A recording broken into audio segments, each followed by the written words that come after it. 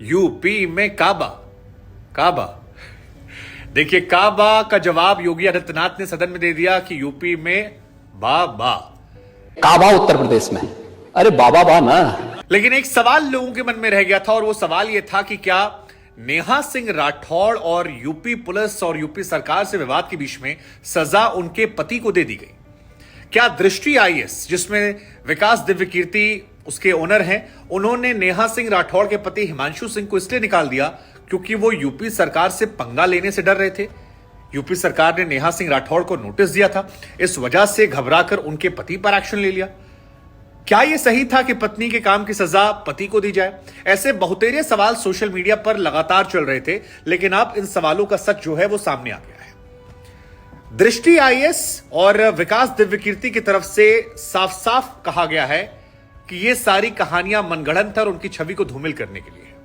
हिमांशु सिंह एक लापरवाह व्यक्ति थे जो बिना परमिशन लिए छुट्टी ले रहे थे और इस छुट्टी नौकरी के प्रति उनकी जो कर्तव्य निष्ठा है उसमें लापरवाही को देखते हुए उन्हें नौकरी से निकाला गया था, क्योंकि अपने काम के प्रति उनका समर्पण भाव जो था कम था। यह महज इत्तेफाक है कि उन्हें नौकरी से निकाले जाने के अगले दिन नेहा सिंह राठौड़ को कानपुर पुलिस ने एक नोटिस थमा दिया, इसलिए उनकी छवि और उनके दृष्टि आईएएस छवि को धूमिल ना किया जाए।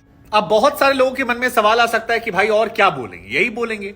लेकिन अगर आप हिमांशु सिंह जो कि नेहा सिंह राठौड़ के पति हैं, उनके फेसबुक पोस्ट की तरफ गौर करें तो उन्होंने भी ऐसी ही बातें लिखी थी।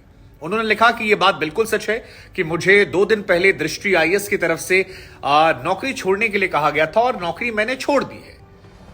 लेकिन इस बात का शायद ही नेहा सिंह राठौड़ को नोटिस दिए जाने से कोई प्रत्यक्ष तौर पर संबंध हो। दृष्टि आईएएस में काम करने का अनुभव अच्छा रहा। दिव्य विकास कीर्ति सर जो हैं उन्होंने मुझे बहुत ज्यादा प्यार दिया। ये तमाम बातें जो हैं वो हिमांशु सिंह ने इस मैसेज में लिखी थी और इसके बाद उन्होंने कहा था कि उनकी छवि को धूमिल ना किया जाए। वो शानदार इंसान है, उन्होंने मुझे यहां काम करने के दौरान बहुत प्रोत्साहित किया, बहुत सारा प्यार दिया।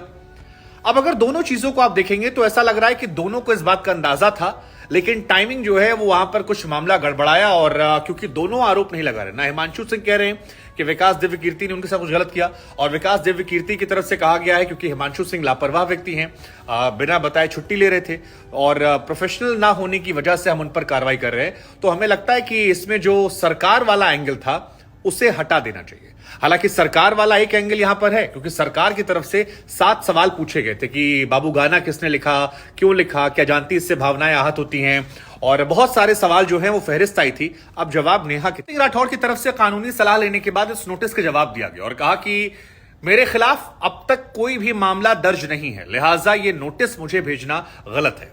इसके साथ ही उन्होंने उत्तर प्रदेश पुलिस से यह सवाल भी पूछा कि जरा बताइए आपकी किस आधार पर यह नोटिस भेजा गया है, इस गाने की कौन सी लाइन, कौन सा शब्द है जो आपको आहत करने वाला है।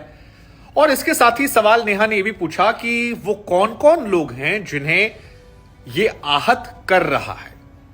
अब ये वकीलों की लड़ाई है जिसमें शब्दों की जादूगरी होती है और कानूनी पहलुओं को समझने बूझने के बाद दोनों तरफ से चीजें स्ट्रांग की जाती है। आपको बता दें, ये जो गाना था यूपी में काबा पार्ट 2, इसमें नेहा सिंह राठौड़ ने सरकार और वहां की जो डीएम है उनको कहा था कि ये रंगबाज बा, ये बा, वो बा, वो बा, और उसी के बाद ये पूरा मामला जो था वो बढ़ गया था। हालांकि नेहा का विवाद जो है वो लगातार बढ़ रहा है। नेहा हाल फिलहाल में लखनऊ में थी, एक शो में मौजूद थी और वहां से वो शो छोड़कर चली गई। जब एंकर ने उनसे पूछा कि सिर्फ आप सही हैं, बाकी लोग गलत हैं, तो उन्होंने कहा कि नहीं, ऐसा नहीं है। फिर एंकर ने पूछा कि आप केवल मोदी सरकार या बीजेपी सरकार पर क्यों कटाक्ष करती हैं, तो उन्होंने कहा 70 सवाल पूछूंगी मैं, और ज्यादातर मीडिया वाले जो हैं बिके हैं। खैर, नेहा को लेकर फिलहाल 2 वर्गों में लोग बटे हैं। एक मानते हैं कि 70 सवाल पूछ रही हैं और दूसरा वर्ग ये मानता है कि नेहा जो है वो सिर्फ बीजेपी के खिलाफ सवाल पूछ रही हैं, बाकी राज्यों में खामोश है। आप क्या सोचते हैं, जरूर